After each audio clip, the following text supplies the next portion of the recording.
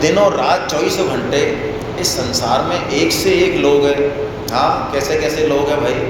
तुलसी या संसार में भांति भांति के ऐसे ऐसे लोग हैं कि आप बढ़िया सात्विक लेके जाओ, बढ़िया सत्संग का भाव लेके जाओ, और ऐसे ऊट पटांग हैं कि आपकी सारी बैटरी की एनर्जी ढुस कर देंगे कहते हैं। हाँ, एक साधक थे, उन्होंने कहा साहब आपके कहने से हमने 2-4 लोगों से बात करी गीता की, लेकिन हम तो उनको क्या समझा पाए। अब तो उन्होंने हमको ये समझा दिया कि वास्तव में गीता पढ़ने से कुछ लाभ है या नहीं है, या दुकानदारी करते हैं बताओ। यानी वो तो कन्विंस नहीं कर पाया, उल्टे उन्होंने उसको तो इस संसार में रहते हुए उन्हीं सब के बीच में जैसा जिसका स्वभाव है, स्वभाव बहुत प्रबल होता है, बदलता नहीं है। आपको लगे कि गीता पढ़ने से एकदम स्वभाव बदल जाएगा, इतना आसान नहीं है। उन्हीं स्वभाव वाले लोगों के बीच में रहते हुए और कैसे अव्यभिचारिणी भाव को बनाए रखें, वो तरीका ठाकुर जी अब इस अध्याय में बताएंगे। और ये अध्याय बहुत ही जबरदस्त अध्याय है भाई। गीता में से यदि एक अध्याय निकालना हो, एक अध्याय, तो यही निकलता है। और इसमें जो बात कही भगवान ने वो कहीं नहीं कही, ऐसी अद्भुत बात कही भगवान ने, जिसका सहारा लेके स्वामी जी ने हमको बहुत सरल रास्ते बताए। और वेद व्यास जी ने इसलिए इस अध्याय का नाम रखा पुरुषोत्तम, भगवान का नाम दे दिया पुरुषोत्तम। और इस अध्याय को ठाकुर जी ने खुद ने ही अपने मुंह से कह दिया ये शास्त्र है। यानी किसी को गीता पढ़ने की भी फुर्सत नहीं मिले कि साहब 700 श्लोक तो बहुत ज़्यादा है, तो ठाकुर जी कह रहे, कृष्ण भगवान कह रहे, केवल 15वां अध्याय भी यदि पढ़ ले, 20 श्लोक है, सबसे छोटा अध्याय, 5-5 श्लोकों के 4 डिविडेशन है इसमें, तो ये शास्त्र है, इससे ही पार पड़ जाएगी। क्यों? शास्त्र में 4 चीज़ों का वर्णन होता है, भगवान का, जगत का, जीव का, और ये जो आपस में इंटरकनेक्शन है इनका, माया, इसका। और बड़े आश्चर्य की बात है कि भगवान ने 20 श्लोकों में इन चारों का पूरा पूरा वर्णन कर दिया। ऐसा पुरुषोत्तम योग है ये, बहुत ज़बरदस्त है। आज कोई नए साधक तो नहीं आए? कोई नहीं आए। यदि आए हों तो कोई दिक्कत नहीं है, मतलब उनका नुकसान नहीं होगा यदि इस अध्याय को समझेंगे तो। ऐसा अध्याय, और इसका जो पहला श्लोक है ये तो इतना अद्भुत है, इतना अद्भुत है कि पूरे जीवन की दिशा बदलेगा हमारे। ये श्लोक, केवल एक श्लोक, और इस श्लोक की महानता देखो आप, इसकी गहराई देखो कि कोई इस एक श्लोक को यदि समझ जाए तो ठाकुर खुद श्री कृष्ण भगवान वो ये कह रहे हैं कि वो वेदों को संपूर्ण रूप से जानने वाला हो जाता है। भगवान साइन करके सर्टिफिकेट दे रहे हैं वेदविद। वेदविद मतलब जो वेदों को संपूर्ण रूप से जानने वाला। हमने भले वेद का फ्रंट पेज नहीं देखा, हमको भले चारों वेदों के नाम नहीं आए, हाँ, हमको ये नहीं पता किस वेद में कितने श्लोक हैं, कितने मंत्र हैं, क्या क्या उसके डिवीजन है, हमको कुछ नहीं पता, लेकिन भगवान सर्टिफिकेट दे रहे हैं किसका? वेदविद का। ऐसा जबरदस्त श्लोक है भाई। ऐसा क्या है इस श्लोक में, आइए समझते हैं।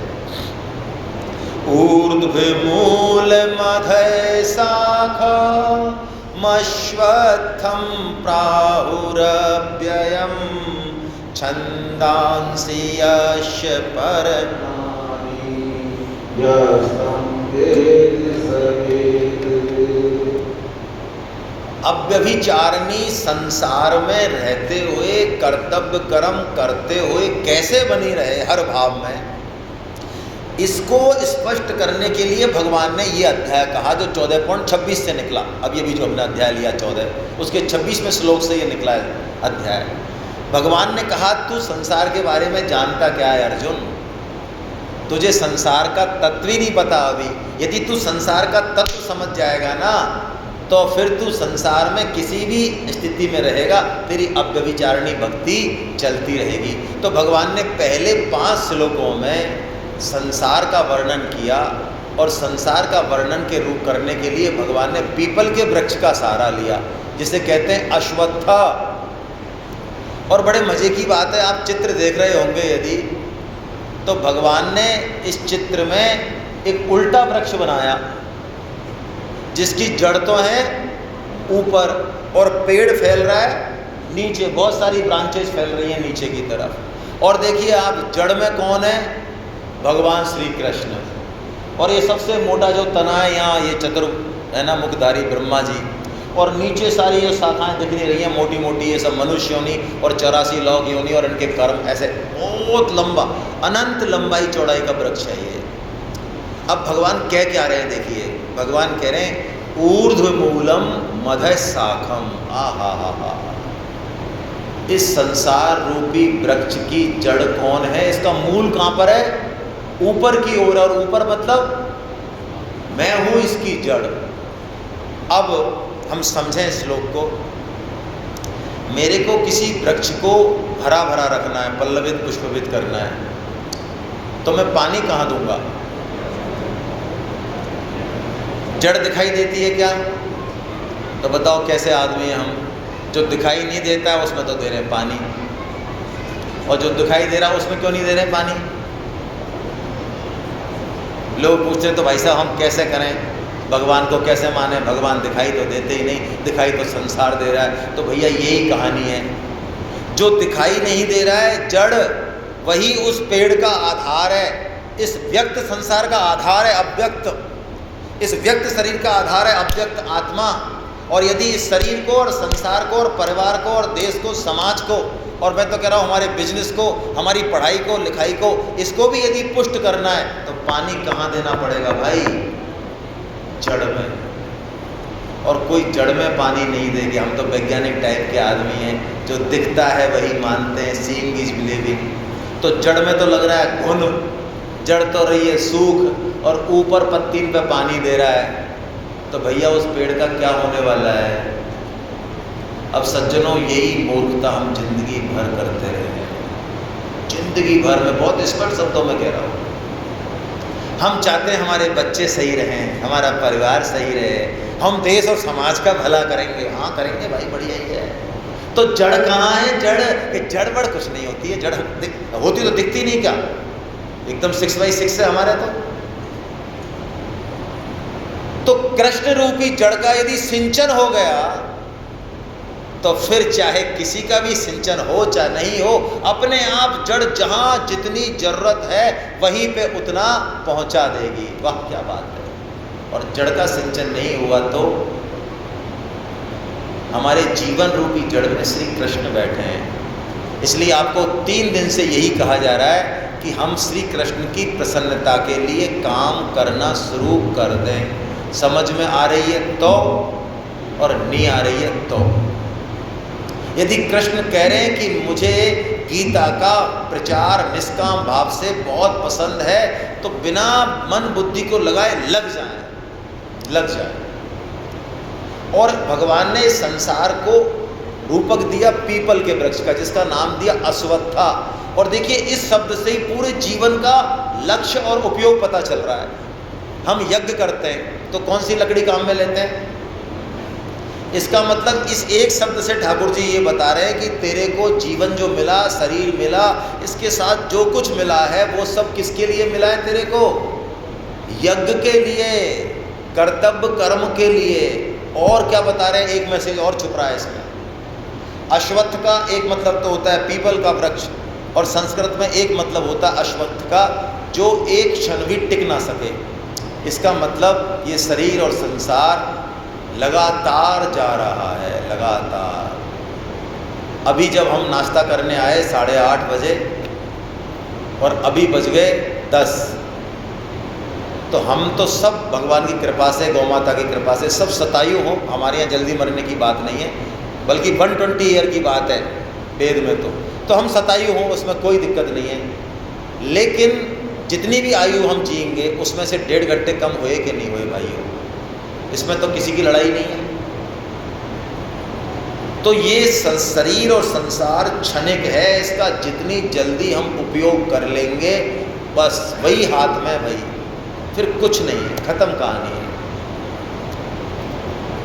हमें ऐसा लगता है कि बता के नहीं गए ऐसा, हालांकि मैं ऐसा कह रहा हूँ, अच्छा नहीं लगता ऐसा कहना, लेकिन प्राय जहाँ मौत होती है तो यही कहा जाता है कि साहब हमसे तो बोल के नहीं गए, हमसे बता के नहीं गए। अरे भाई क्या बता के जाएंगे हैं? कल जो मैंने आपको सुनाया ना, हैं माता रोई पेट पकड़ के और भाई रो बाहाँ पकड़ के भाई और लपट झपट के त्रिया रोई और हंस अकेला। उससे आगे की लाइन और याद आ गई मुझे, अरे भोली तिरिया रो कर बोली, बिछुड़ गई मेरी जोड़ी। और कहत कबीर सुनो भाई साधो, जिन जोड़ी तिन तोड़ी। क्या ऊंची बात है।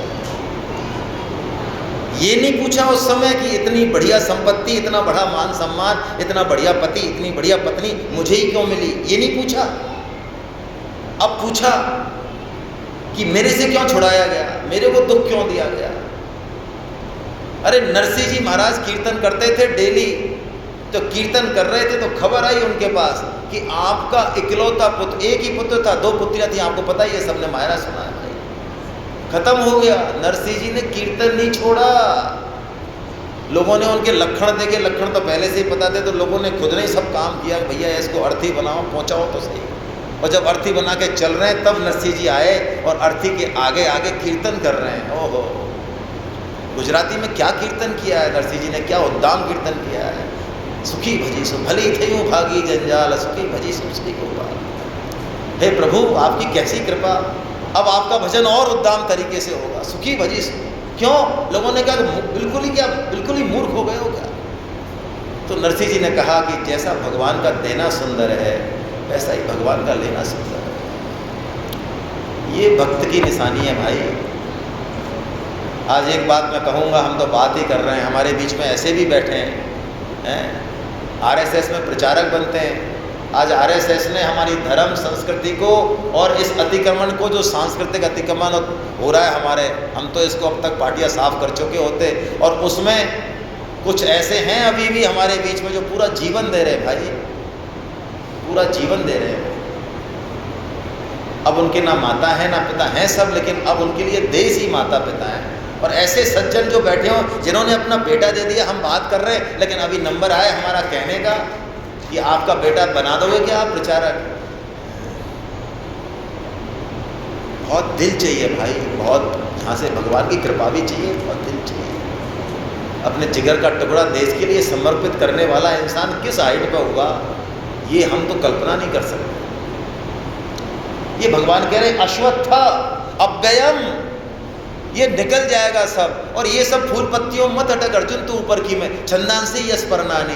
ये जो संसार की चटक मटक है ना, तेरे को लग रहा है ये कर्मकांड, ये सब चटक मटक है, ये कुछ नहीं, जड़ पे टिका, दृष्टि जड़ पे टिका। और जिस दिन तू ऐसा समझ गया कि इस संसार के मूल में मैं ही बैठा हूँ, तू मेरी तो सेवा कर रहा है सब जगह, जिसकी भी सेवा कर रहा है सब मैं ही मैं हूँ। ओ हो, सब रूपों में, सब चीज़ों में, यस्तम वेद सवेद विदा। ओ हो, तो संपूर्ण वेदों के तत्व को जानने वाला हो गया। हाँ, भगवान ने यही बात 15.15 में इसी अध्याय में फिर दोबारा कही, सर्वस्व चाहम हृदय सन्निविष्टो मत्त स्मृति ज्ञान अपोहनम च है क्या इस श्लोक में ले हीरा, यही बात यहाँ कही भगवान ने। सर्वस्व चाहम हृदय सन्निविष्टो मत्त स्मृति ज्ञान अपोहनम च वेदेश्च सर्वे रहम वे विद्यो वेदांत कृत वेद विदे विचय। क्या बात है। वेद पढ़ने वाले भाई बुरा मत मानना, मेरे से क्या रुकती नहीं है बात, और मुझे वैसे तो फिर अच्छी बात तो नहीं है, लेकिन हमारे एक है ना आश्रयदाता है ना, हमारे बड़े भाई, हमारे पिता समान मिल गए, वो भी यही कहते हैं कि मैं खाए बिना रह जाता हूँ लेकिन कहे बिना नहीं रहता। तो मुझे बहुत अच्छी लगी ये बात, मैं कि ये बीमारी मेरे को भी है।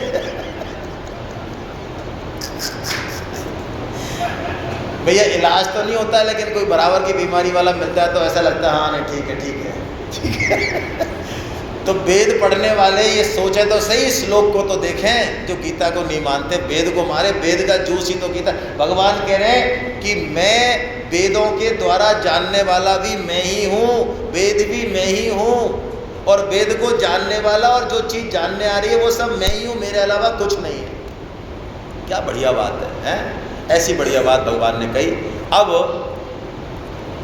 भगवान एक बहुत प्यारी बात बता रहे हैं, बहुत ज़बरदस्त बात। और ये श्लोक इस गीता का एक ऐसा श्लोक है जिस पर स्वामी जी ने इतनी रिसर्च करी है। स्वामी जी साइंटिस्ट थे भाई, साइंटिस्ट, उन्होंने इतनी खोज करी। स्वामी शरणानंद जी महाराज की बात जिसको समझने में मुश्किल आती है उसको परम श्रद्धेय स्वामी जी ने बहुत ही एक्सप्लेन करके और सरल भाषा में समझाया। हमारे बीच में जो है ऐसे भी पारमी बैठी हुई हैं जिन्होंने स्वामी शरणानंद जी का सीधा प्रत्यक्ष सानिध्य लिया है, और मैंने तो स्वामी शरणानंद जी महाराज को बाद में पढ़ा है। मैंने पहले स्वामी जी को पढ़ा है और फिर मैंने स्वामी शरणानंद जी महाराज को पढ़ा, तो पढ़ते ही मुझे लगा कितनी विलक्षण। और एक बात और लगी मुझे तो बड़ी जोरदार, जो बाद में जब मैं मिला और लोगों से तो क्लियर हो गई। मुझे ऐसा लगा कि स्वामी जी की बात और शरणानंद जी की बात तो एक ही है, ये बस एक पन्ने को निचोड़ के ऐसा कर देते हैं, ये उसको थोड़ा ऐसा फैला देते हैं, बाकी बात बिल्कुल एक ही है दोनों महापुरुषों की। तो परम श्रद्धेय स्वामी जी महाराज ने एक खोज करी, उन्होंने खोज करी कि जितने भी साधन हैं, ये जितने भी साधन हैं सारे, ये साधनों की अपनी इम्पोर्टेंस है, इसमें कोई दोहराए नहीं, और हम साधन करेंगे भी, बिना साधन हम रह नहीं सकते और रहना भी नहीं चाहिए। लेकिन स्वामी जी ने कहा साधन से सिद्धि नहीं होगी भाई। सिद्धि किससे होगी? सिद्धि तुम्हारे हाथ में है स्वामी जी की, हमारे हाथ में, हाँ तुम्हारे हाथ में है। सिद्धि किसमें? सिद्धि आत्मीयता में है, अपनेपन में है। भगवान की हिम्मत नहीं है, स्वामी जी ने कहा भगवान सब कुछ कर सकते हैं, सृष्टि का प्रलय कर दें, सृष्टि को दोबारा बना दें, कुछ भी कर दें, लेकिन उन भगवान की भी जो कर्तुम अकृतुम अन्यथा कर्तुम सर्व समर्थ है, उन भगवान की भी हिम्मत नहीं है जो हमसे अलग हो जाए और ये कह दें कि ये मेरा नहीं है। तो बताओ, जब भगवान हमारे हैं, माँ हमारी है, तो उसकी गोद में जाने के लिए हमको क्या प्रयत्न करना है? नंगे नहीं होने चाहिए, कपड़े पहने होने चाहिए ऐसा, या नंगे भी जा सकते हैं? अच्छा, काले नहीं जाएंगे ना, गोरे ही जाएंगे? काले भी चले जाएंगे? नहा धो के तो जाना ही चाहिए कम से कम माँ की गोद में। ऐसी क्या योग्यता है या ऐसी क्या चीज़ है जो माँ की गोद में जाने से हमको रोक रही है? बताइए, कोई कुछ भी नहीं है। हमको तो बस माँ मान लो इस कोने में भी काम कर रही है ना, स्वामी जी कहते हैं, और बच्चा वहाँ खेल रहा है, घुटनों पे खेल रहा है, घुटनों पे, और उसकी हिम्मत नहीं है इसको पार करने की। और जब घुटनों के बल चलता है बच्चा, तो आप देखते हैं, माएँ तो अच्छी तरह से जानती हैं, ऐसे वो देखता है, अच्छा वो चीज़ रखी है, फिर वो चलता है और मुंडी कर लेता है नीचे, तो एंटीना घूम जाता है उसका जाना इधर होता है और मुंडी हो गई नीचे, तो वो एंटीना घूम के किधर चला जाता है, फिर वो देखता है अरे यार और दूर आ गए। तो माँ की तरफ वो चल नहीं सकता, उसकी हिम्मत नहीं, घुटने छिल जाए उसके। वही मैं कह रहा हूँ, हम कोई सा भी साधन कर लें, हमारी हिम्मत नहीं है कि उस तत्व को प्राप्त कर लें, लेकिन हम एक काम कर सकते हैं, जिस दिन थक जाए हम, जिस दिन समझ में आ जाए कि ना कर्म से होगा, ना ज्ञान से होगा, ना भैया किसी और चीज़ से होगा, तो माँ को बस एक पुकार लगा दें, ऐसे हाथ उठा दें बस, हे नाथ, हे मेरे नाथ, मैं केवल आपका हूँ, आप कृपा करें, मैं आपको भूलूं नहीं। ऐसी बस पुकार लगाई, माँ आएगी, काम छोड़ के आएगी और 4 डग भरेगी और चट्ट गोदी में उठा लेगी। दरिया दूषण दास में और नहीं राम में दोष, जन चाल एक पावड़ो और हर चाल 100 कोस।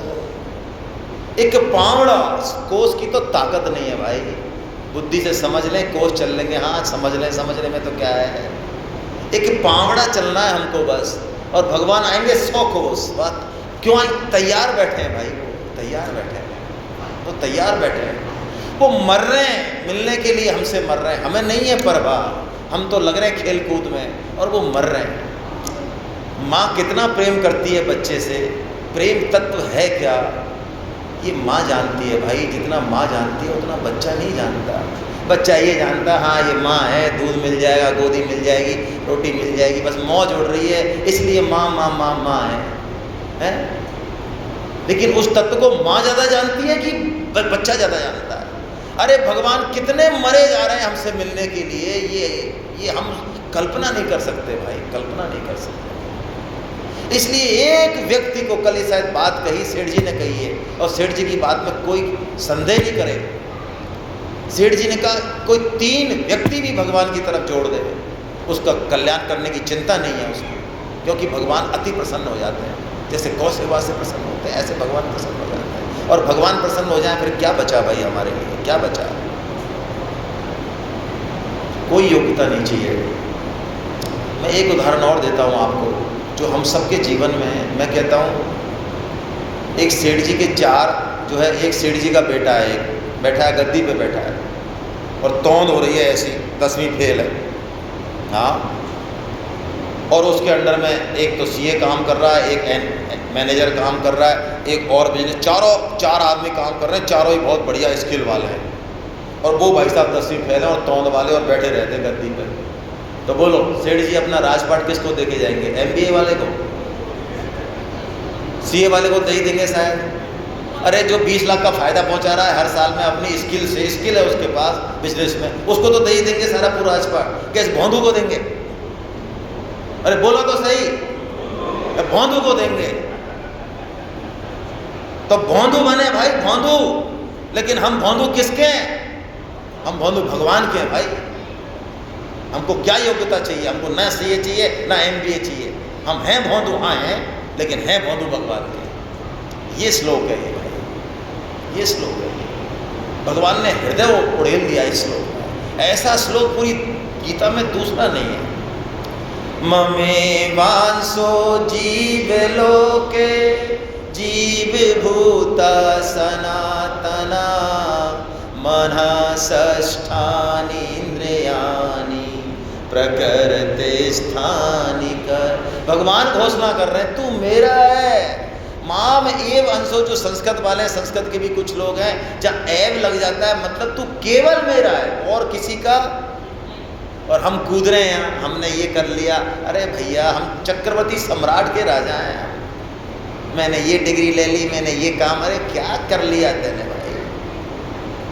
वो पिताजी बुला रहे हैं, वो पिताजी बुला रहे हैं, वो सब कर देंगे, सब कर देंगे। उनके संकल्प से सृष्टि चलती है, सृष्टि संकल्प से।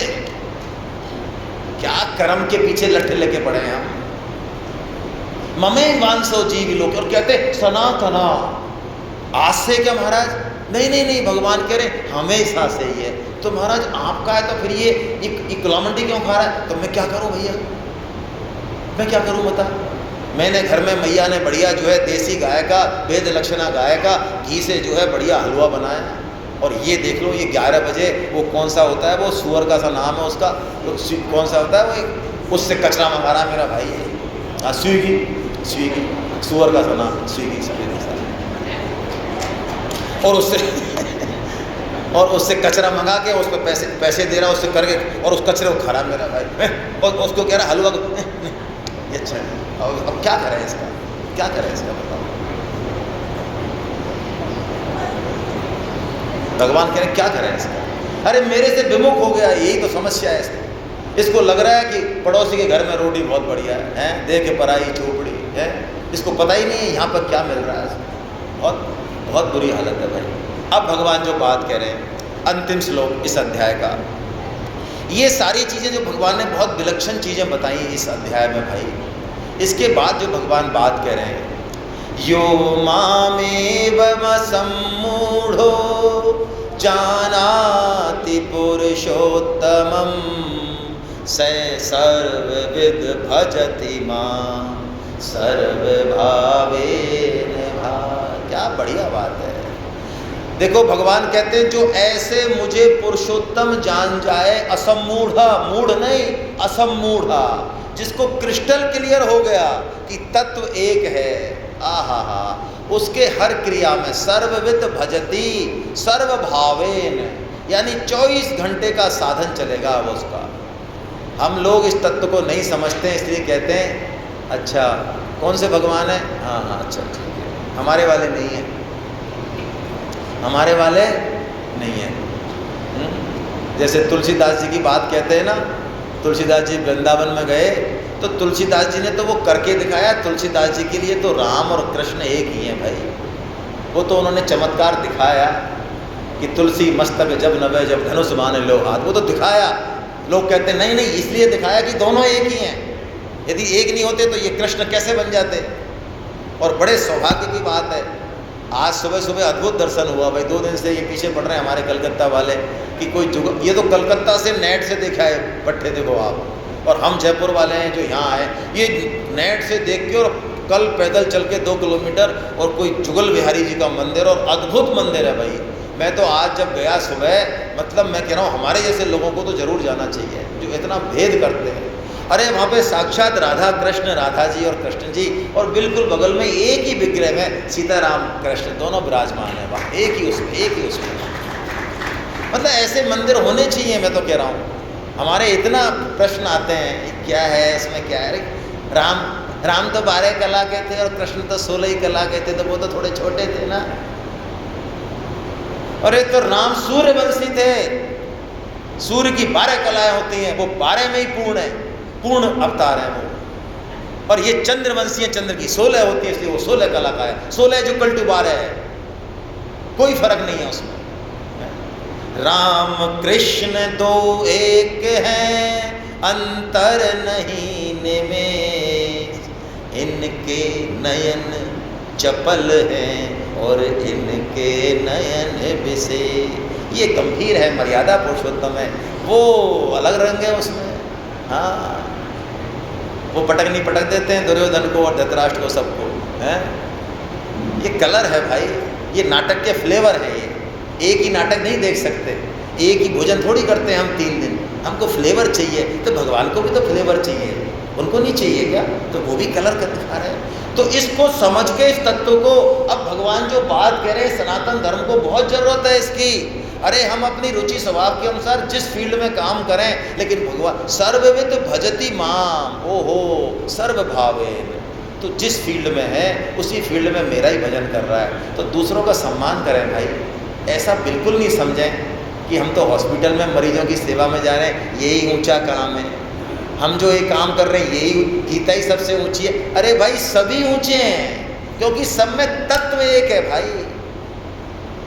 ये जो भेद पैदा किया गया है ना, ये सनातन धर्म में, हिंदू धर्म में सत्यानाश कर दिया इसने। सर्वविद भजति माम, सर्वविद, वो सब जान गया, वो हमेशा हर चीज में मेरा भजन करेगा। सर्वभावेन, आहा, वो सोएगा तब भी ठाकुर जी का समाधि लगेगी। भक्त तो, साधक तो सोता ही नहीं है। स्वामी जी कहते हैं साधक तो सोता है जब भगवान का नाम लेके सोता है, स्मरण करके सोता है, और सुबह सुबह जगते ही जो है भगवान का ही नाम लेता है। और बगल में मान लो पत्नी या पति सो रहे, उसको भी धक्का दे दो, हरे कृष्णा, हटा अलग, पलंग से गिरे तो गिर जाए बल्ले। हाँ, आवाज़ तो होनी चाहिए ना थोड़ी सी, बस होया का। तो 8 घंटे की जो नींद है ना, जो नींद, हाँ, ये समाधि हो गई। ठाकुर जी बावड़े हैं भाई, बावड़े। हाँ, हमारी तरह कोई मैथमेटिक्स में सीए नहीं कर रखी है ठाकुर जी ने। हाँ, बहुत पोल है वहाँ पे, संत बताते, हमको पता नहीं है। ठाकुर जी इतने बावड़े हैं वास्तव में, इतने सीधे हैं कि रात को कोई नाम लेके सोए और सुबह ऐसे हरे कृष्णा कर दे, तो ठाकुर जी लिख लेते हैं कि 8 घंटे भजन किया है। हमारी तरह चंट चालाक नहीं है भाई। हम तो प्राण दे दें, प्राण, बंटवारे में प्राण दे दें, घर वालों में प्राण दे दें। और बताओ भैया, आपको कौन सा आदमी अच्छा लगता है? जिसको भूलने का स्वभाव हो, जिसको सरल स्वभाव हो, वो अच्छा लगता है?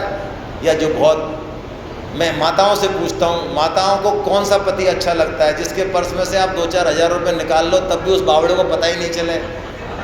एक तो ऐसा पति है, एक ऐसा है मान लो 10 का नोट भी निकाल लिया और अठन्नी भी निकाल दी तो प्राण पी जाए तुम्हारे कि अठन्नी और थी ना, वो कहाँ गई? बोलो कौन सा अच्छा लगे भाई?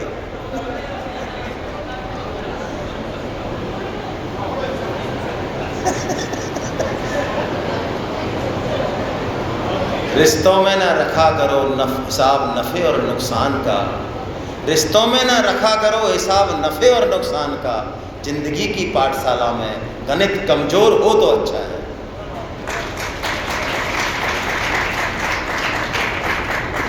इस जीवन में गणित को बहुत स्ट्रांग मत करो भाई। इसने ये ले लिया, इसने वो दे दिया, सत्यानाश कर रहे हैं हम खुद का। अरे जिसने लिया वो है कौन? अपने भाई, अपने। आप बुरे हैं, ठीक है, होंगे बुरे, मेरा भाई है भाई, मेरा परिवार है। जब आक्रमण किया चित्ररथ गंधर्व ने दुर्योधन पे, बांध के ले गया, क्योंकि दुर्योधन युधिष्ठिर के पीछे आ गया कि जंगल में भी इनको खत्म करता हूँ। जंगल में पड़े पांडव, तब भी चैन नहीं है दुर्योधन को। देखो आप, वहाँ पे भी आ गया कि इनको यहाँ पे मारता हूँ। तो इंद्र ने चित्ररथ गंधर्व को भेजा और गंधर्व ने पकड़ लिया उसको, चित्ररथ ने दुर्योधन को बांध के ले जा रहा है, घसीट के ले जा रहा है। तो दुर्योधन को भीम नगाड़ा बजा रहा है। जैसे उसको पता चला भीम नगाड़ा बजा रहा है, युधिष्ठिर अंदर से आए, भीम अरे भाई साहब आज तो मौज हो गई। क्या मौज हो गई कि आज तो कलेश ही कट गया सारा। तो युधिष्ठिर ने कहा भीम खबरदार, खबरदार, बाहर वालों के लिए हम 100 और 5 नहीं, हम 105 हैं, चल उठ, छुड़ा के लाओ उसको। और अर्जुन और भीम छुड़ा के लाए उसको। भीम ने खूब कुसर मुसर करी, लेकिन युधिष्ठिर ने कहा नो, यदि बाहर से आक्रमण होगा तो हम 5 और 100 नहीं है, फिर हम 100 + 5 105 है। ये बात है भाई, बहुत आनंद है भगवान का काम करने में, बहुत आनंद है भाई। और करना चाहिए, अपनी कैपेसिटी से करना चाहिए, जितनी कैपेसिटी, जितनी भी दी है। छोटी सी थी, हाँ छोटी सी थी, बहुत अच्छा है, बहुत है। बड़ी थी तो बड़ी से करें। और भगवान का काम करने के लिए कुछ तरीके हैं। हमारा अनुभव है, आप हमारा अनुभव मान लो। हमारा मतलब ताहिल साहब का, हम 2011-12 से थोड़ा सा चल रहे हैं, तो हमने देखा है कि सेमिनार में चूँकि भगवान की वाणी का होता है, तो वाणी का प्रभाव होता है, संतों की वाणी का होता है, धरती का प्रभाव होता है, तो मन में बहुत विचार आ जाते हैं। लेकिन जब बाहर जाते हैं, 2, 4, 5 दिन निकलते हैं, तो वही 2 दूनी 4 और 4 दूनी। इसलिए हम यहाँ पे संकल्प कराते हैं सबसे, संकल्प कि आप संकल्प कीजिए, अपना नाम बताइए, नए साधक कम से कम, और संकल्प कीजिए कि मैं गीता का प्रचार करूँगा। कैसे करूँगा बताए, बोल के बताए, बोल के। मैं 10 लोगों को गीता से जोड़ूंगा, मैं 5 लोगों को गीता की सेमिनार में जोड़ूंगा। हर वीक हमारी सेमिनार हो रही है, क्लास हो रही है, मैं गीता की एक सेमिनार कराऊंगा। मैं आपकी अहमदाबाद में सेमिनार होगी, मेरे 2 रिश्तेदार रहते हैं, मैं उनको भेजूंगा ज़बरदस्ती। बस ये मैं किताब दूंगा लोगों को। जैसे भी आपको जचता है वैसे करें, लेकिन करें अवश्य, करें अवश्य। क्यों? ये संकल्प आपसे सिद्धि करा देगा भाई। लेकिन मन इतना बदमाश है, यदि संकल्प नहीं किया ना, तो आप मेरा अनुभव मान लें, अभी तो हृदय द्रवित हो रहा होगा, लेकिन 5 दिन बाद याद नहीं रहेगा। मैं तो फ़ोन करता हूँ ना कभी कभार, वैसे हालांकि हम फ़ोन नहीं करते कभी, संकल्प के लिए तो हम कभी फ़ोन नहीं करते, नेवर, आज तक नहीं किया। कोई यदि कहे कि मैं 10 व्यक्तियों को जोड़ूंगा, तो आज तक किसी ने भी उससे कभी नहीं पूछा 10 साल में कि तुमने 1 जोड़े कि 10 जोड़े, और नहीं जोड़े तो क्यों नहीं, कभी नहीं। हमारे पास नहीं समय, हम नहीं पूछते। देवराज जी को हमने नहीं कहा होगा आप अकेले में पूछ लेना बल्कि सेमिनार कराने के लिए, कहा हम नहीं कहते। खुद आगे से आता है व्यक्ति तो अलग बात है, लेकिन आप संकल्प करेंगे अपने लिए, और करना चाहिए, क्योंकि वो संकल्प आपको महीने भर बाद भी लगाए रखेगा। और होए पूरा तो ठीक है, और नहीं हो तो भी क्या दिक्कत है, नहीं होगा नहीं होगा, हम प्रयास करें। तो आप जल्दी से एक फीडबैक सेशन में रखना चाह रहा हूँ, आधे घंटे का, है ना। पहले जो है पुरुषों से ज़बरदस्ती बिल्कुल नहीं है, कोई टेंशन में नहीं आए, फील एट होम, है ना। हाँ, मेरा निवेदन है आप संकल्प लें बस, और पुराने साधक नहीं बोलें, टाइम ज़्यादा लगेगा। सिर्फ एक बंदा खड़ा हो जाए माइक देने के लिए बस।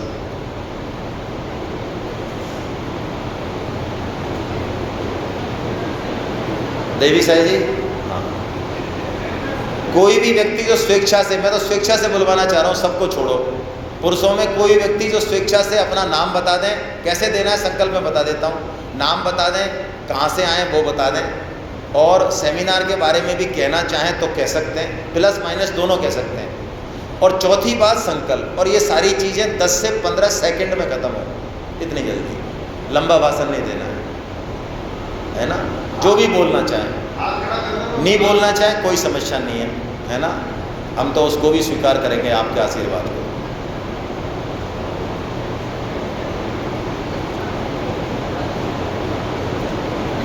गिरधारीलाल बड़बोती जी साहब, विद्यानगर से हैं। बहुत बढ़िया। और मैं संकल्प लेता हूँ कि कम से कम 10 आदमियों को अलग से। बहुत बढ़िया, बस इतना, बस ये बहुत है। भगवान हमारा भाव देखते हैं। बहुत प्रणाम आपको, प्रणाम, बहुत अच्छा है, कम समय लेने के लिए और सही बात कहने के लिए, प्रणाम। हरे कृष्णा। मेरा नाम दीपक सिंगर है, मैसूर में निवास करता हूँ। इस गीता परिचय अभियान को आपने इतना सुंदर आयोजन रखा है, उसके लिए सभी सभी आचार्य को मैं ये प्रण करता हूँ इस घोषणा में, क्योंकि हिंदू माता की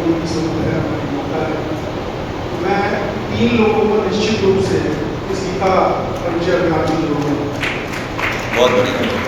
यहाँ का संकल्प तो वैसे भी गौ माता लेंगी, भजन उन्हीं का ही है, ले लें, आपका दिल खोल के ले लें, कोई टेंशन नहीं है। हरे कृष्णा। सर सबसे पहले तो मेरा जो गौ सेवा के लिए दीपक बनने का संकल्प है। क्या बात है, क्या बात है, क्या बात है, बहुत बढ़िया, बहुत अच्छा है, क्या बात है। जय हो गौरव जी आपकी, बहुत अच्छा है। देखो कहने से फर्क पड़ता है ना। आदरणीय चंपालाल जी इतने वरिष्ठ हैं, समाज में एक हस्ती है, लेकिन मैंने देखा उनको कल कि गौरव जी से उन्होंने किस तरह से जो है एक तरह से प्रार्थना की, निवेदन किया कि आप गौ सेवा में एक दीपक बनो। हम अपने अहम को गला के भगवान के लिए लोगों की ठोड़ी फैलाएं। हाँ उनसे पैसे मांगें, हाँ मांगे पैसे, 500 रुपये दो भाई साहब, है ना, हाँ हम दे देंगे, लेकिन आप दे सकते हो तो दे दो, कैसे भी करके ले लो उसकी जेब से। कोई मुझसे बड़ी करने की ज़रूरत नहीं है। भगवान का काम करने के लिए भैया निवेदन करना पड़े तो कोई समस्या नहीं है, उसमें भी फायदा है, असर होता है। देखो आप। Yes sir.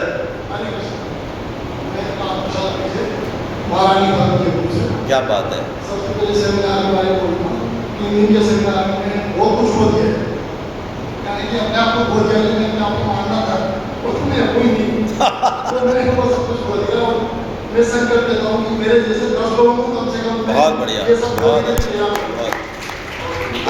आज सुंदर बहुत लग रहे हो आप पीले कुर्ते में यार। नहीं पहले इन्हीं से ले लो ना।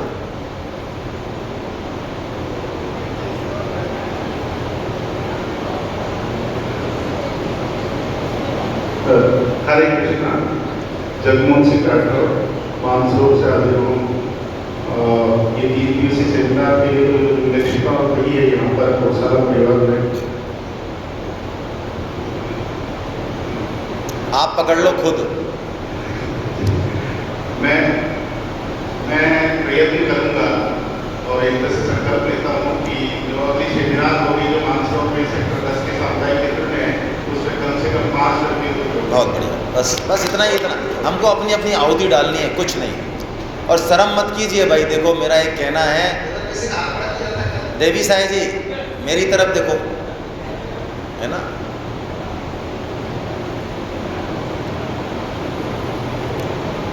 पहले पुरुषों का लो, उधर मत जाओ, है ना। मेरा नाम राजेंद्र प्रसाद काफी है, मैं ये सेमिनार पहले भी गुड़गांव में मैंने अटेंड की है। अच्छा, जो डॉक्टर साहब ने कराई थी नवल किशोर जी ने, वो मैडम की दीदी वो शायद एक्सपायर हो गई, वो शायद नॉन साइंस की नाम मुझे पता नहीं था। गुड़गांव में 4 सेमिनार कौन सी जगह हुई थी? सेक्टर 2015-16 अच्छा, हाँ बिल्कुल ठीक है, बहुत बेहतर। ताहिल साहब थे उस समय। इस सेमिनार में बहुत ही प्रभावी ढंग से मैं प्रभावित भी हुआ हूँ। मेरा संकल्प ये है कि मेरी सोसाइटी में लगभग 200-250 फैमिली रहती है। मेरा संकल्प है कम से कम 100 लोगों को। क्या बात है, क्या बात है। देखो बहुत बढ़िया तामी साहब, आपके प्रणाम भाव को। अब 100 में से चाहे भले 10 आए, हमारे चाहे 150 आए, भाई देखो भाव देखो इनका है। हरे कृष्णा।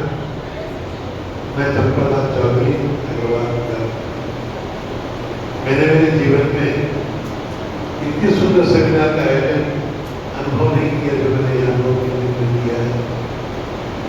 मैं ये प्रयास करूँगा निरंतर हर महाअमावस्या का सत्संग होता है जिसमें गीता परिचय अभियान के लिए अवश्य उसमें कुछ न कुछ बात मैं निवेदन करूँगा सभी को, और सभी को आग्रह करूँगा कि गीता से जुड़े, अपने जीवन को जीने की कला सीखें। ऐसा तो प्रयास होगा। कितनी 100 हो, 1000 हो, 5000। क्या बात है, क्या बात है। निरंतर वर्ष में एक बार तो जो है कम से कम यहाँ। हाँ ये है, हम तो यही तो सुनना चाह रहे हैं आपसे। जो हमारे गौ सेवा परिवार के सबसे वरिष्ठ हमारे ओम प्रकाश जी रावल मतलब से मुझसे आग्रह करूँगा कि वो इस संकल्प की सिद्धि के लिए हमें आशीर्वाद दें। वो अपने विचार वो बताएंगे कि 7 में 1 करनी, 2 करनी, 3 करनी। हम तो यही चाह रहे हैं कि तस्मई पुआ रसमलाई खाने कब बुलाओगे, ये है हमारा तो असली। रहा और अद्भुत ही रहा है, इसका कोई वर्णन नहीं कर सकते। और इसमें मैं तो निरंतर कर रहा हूँ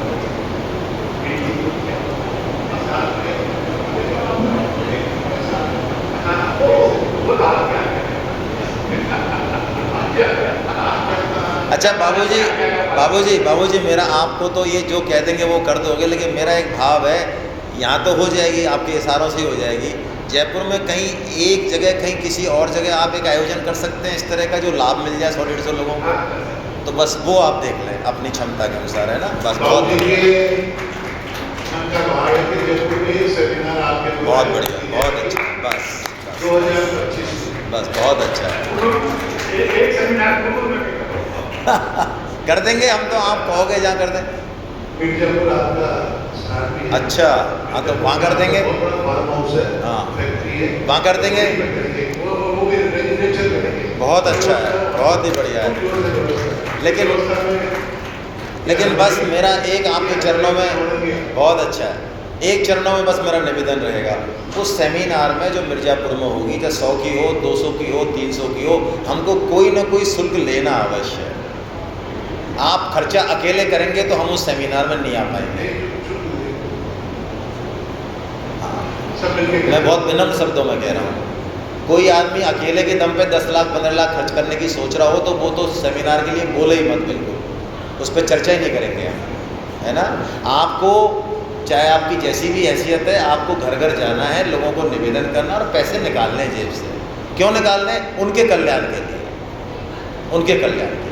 इस अहम को छोड़ दो कि पैसा नहीं लेना है, ना ना ना ना, ना, ये बहुत पतन का रास्ता है। मैं खुल के कह रहा हूँ कि पैसा लेना है। समझ में आ गई बात? बहुत अच्छा, बहुत बढ़िया भाई, आशीर्वाद। और कोई कहना चाहें अपनी बात कह दें। अच्छा सर कह रहे हैं, सर ने तो पहले ही दो सेमिनार करा दिए हैं, जो है एक तो जामडोली में करा दिए और एक जयपुर में करा दी, शानदार। हम तो देवराज जी के आदेश के गुलाम हैं। देवराज जी जो कह देंगे वो हम करते रहेंगे, और हमें तो यहाँ आनंद रस मिलता है, अमृत की वर्षा होती है, इसमें जितना होगा हम करें उतना कम है। तो मैं तो खुद भी, मेरा परिवार भी और मेरे सभी मित्रों को जोड़ने का प्रयास कर रहा हूँ, और धीरे धीरे मुझे उसकी सफलता भी मिल रही है, और मेरा ये ध्यान जारी रहेगा। बहुत प्रणाम सर। सर वैसे देवराज जी के आदेश का पालन सबको करना पड़ता है।